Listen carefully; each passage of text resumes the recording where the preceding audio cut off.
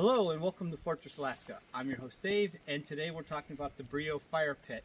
The number one selling point is it's 100% made in the USA. Other brands are not. So that's the biggest selling point for me, and now we'll go into more about the Breeo fire pit. So this is my long-term update on the Breeo fire pit. It's pretty much smokeless. Hard to be totally smokeless, especially when you're having a fire in the rain, and yes, it is raining now. I did get the kind that would patina or slash rust. It looks really well. It's aged nicely. It travels with us for camping. Right now I'm at Portage Valley in the Willowwalk campground. I have my Breeo fire pit going. It's quite easy to start fires in there, far easier than starting in most of the campground fire pits because it gets proper airflow. The thing to remember is you should always start with very, very small kindling twigs. And as you can see, I am in a spruce forest with a plethora of twigs and branches that are dead and dried. And so I just break them up and start them at the very bottom. And with just a couple of pieces of paper towel, manage to get the fire going. Then slowly add larger and larger kindling till it gets going. And now I have a nice fire going, which I can cook over. Actually heating up some burritos.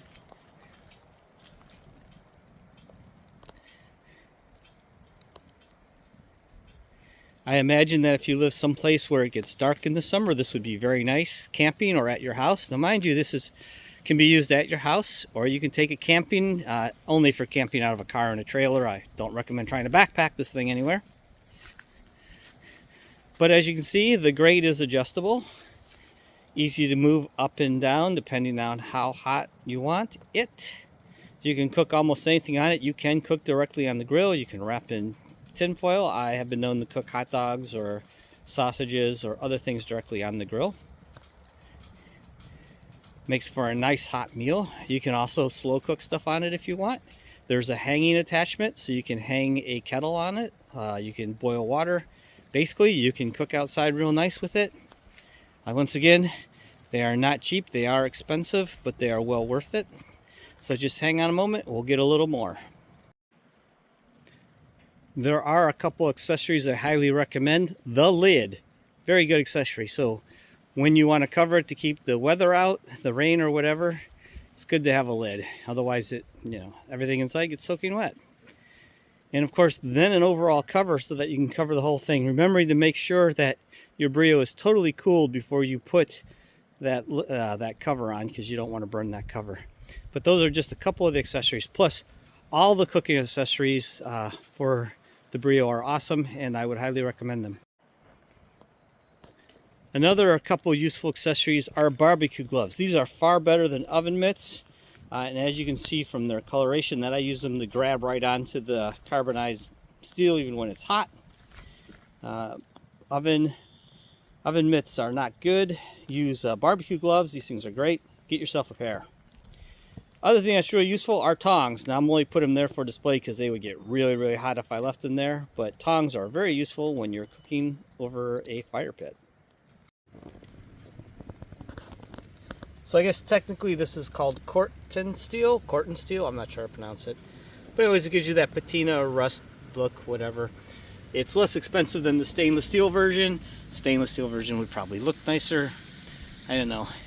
It's a fire pit. Very nice fire pit. So anyways, this is our third season using it. It has been very useful.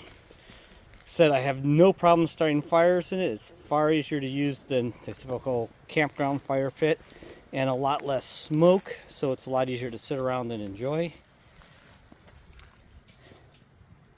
So that's basically what you need to know about the Breeo for now, but that's my, I guess, 3-year update on it. It's definitely worth having, and I've enjoyed having it greatly and have cooked a lot on it and had many, many fires in it.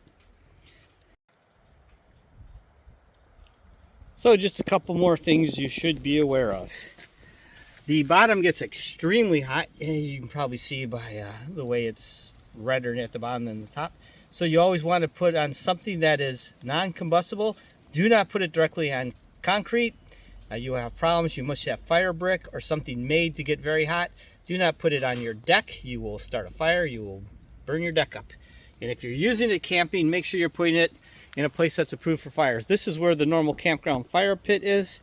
And it's a piece of junk and was falling apart, so I just moved it out of my way to have this in its place. So it is still fire. It still gets extremely hot, so do be considerate of that. And as a bonus to this episode, the Quick Set by Clam. If you have not seen these or not tried these are great screen tents. If you live in a more mild climate, you can use it as your normal camping tent. I don't think I'd camp with it out here, but that's just me. But you could definitely use this for camping. Once again, as long as you're traveling in a car. The Quick Set Clam is a great screen tent. It has flaps, panels, whatever you want to call them, that go up and down. You even have window panels. Currently, I only have 3 of the panels up. The others are in storage because I tend to have a lot of light in there. Basically, I have them blocking views I don't want when I'm in there, which, that side goes towards the campground road in my truck. And this side's the wilderness. The reason why that one is closed because the fire's on the other side of it, and I didn't want sparks hitting the netting. The panels are replaceable, but the netting isn't, so if I damage something, I would prefer it to be the panel. Anyways, these are awesome screen tents. They go up and down very quickly. There's no pieces parts to have to deal with. I guess the only real pieces parts are the stakes for staking it down so it doesn't blow away in the wind. But yeah, truly, if you're car camping and live in a more mild climate than Alaska, these are great tents. I mean, there's no reason you couldn't use this as your sleeping tent and your regular tent. As you can see, that's a 4-foot table in there with 2 camp chairs. There's plenty of room around here. And so let's just walk around, and I'm right near a hiking trail. Oh, and look what we have here. We have a special guest. There's our special guest there. Oh, where is he going? Let's see if I can. There he is.